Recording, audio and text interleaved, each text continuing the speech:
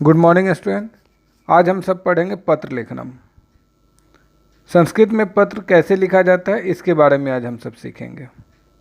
तो पत्र लिखने से पहले कुछ आवश्यक निर्देश हैं जिसे हमें जानना होगा। तो आइए सबसे पहले उन सब आवश्यक निर्देशों को जानें। पत्र की भाषा सरल एवं स्पष्ट होनी चाहिए, यानी संस्कृत में पत्र लिखते समय हमें इस बात का ध्यान देना रहता है कि पत्र की भाषा जो हम प्रयुक्त कर रहे हैं वो हमेशा सरल होना चाहिए, कठिन नहीं होना चाहिए।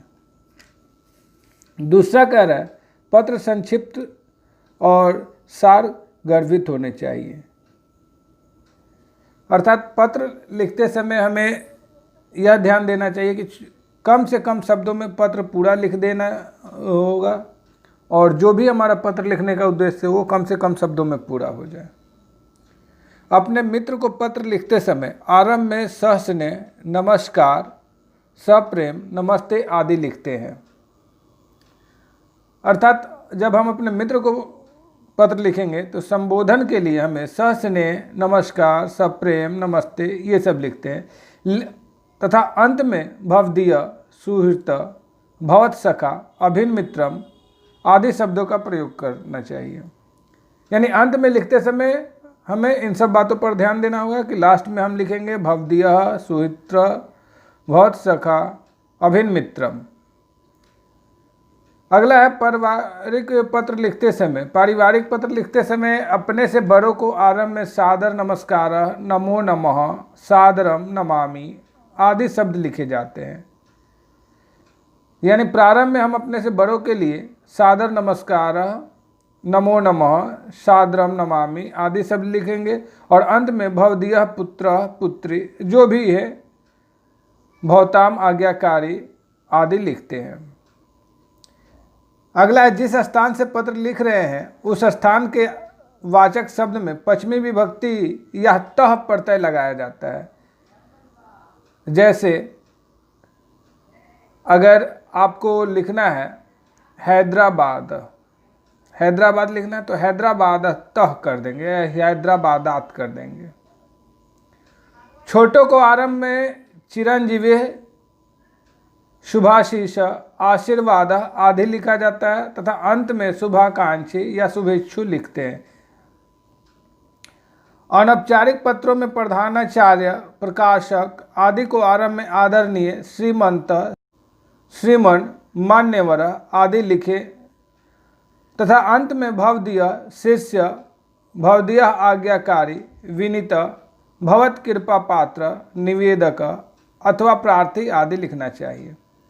तो पत्र लिखते समय हमें इन सब बातों पर ध्यान देना रहता है। दूसरी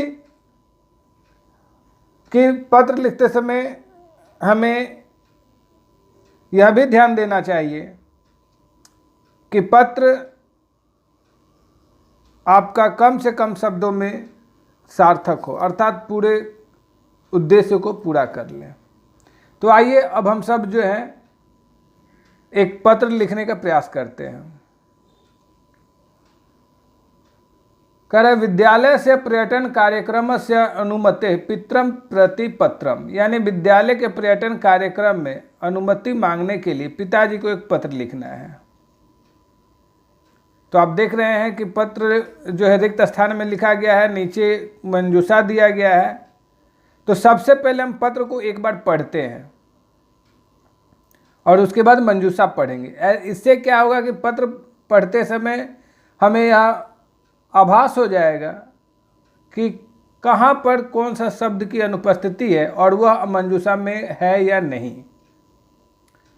तो पहला दे रहा है डैश, दूसरा में दिनांक 25/11/2011, तीसरा में डैश प्रीति महोदय, फिर है सादरम नमो नमः, अत्र कुशलम डैश सितंबर मासे विद्यालयस्य डैश अस्ति, अस्मिन् वर्षे पर्यटनं केन्द्रं डैश अस्ति, अस्मिन् वर्षे अहमपि डैश इच्छामि, विद्यालयस्य अध्यापका अपि तत्र डैश, अतः भवता कोऽपि डैश न करणीय, कृपया मह्यं तत्र गंतुम आज्ञां डैश भवदीयः डैश अभिजीतः।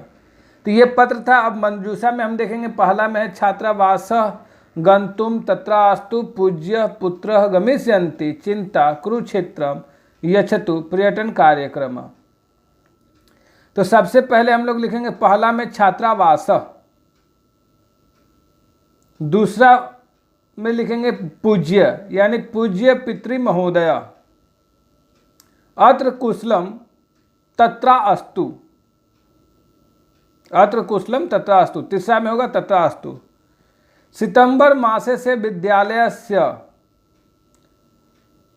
पर्यटन कार्यक्रम अस्मिन् वर्षे पर्यटन केंद्रम कुरुक्षेत्रम अस्ति।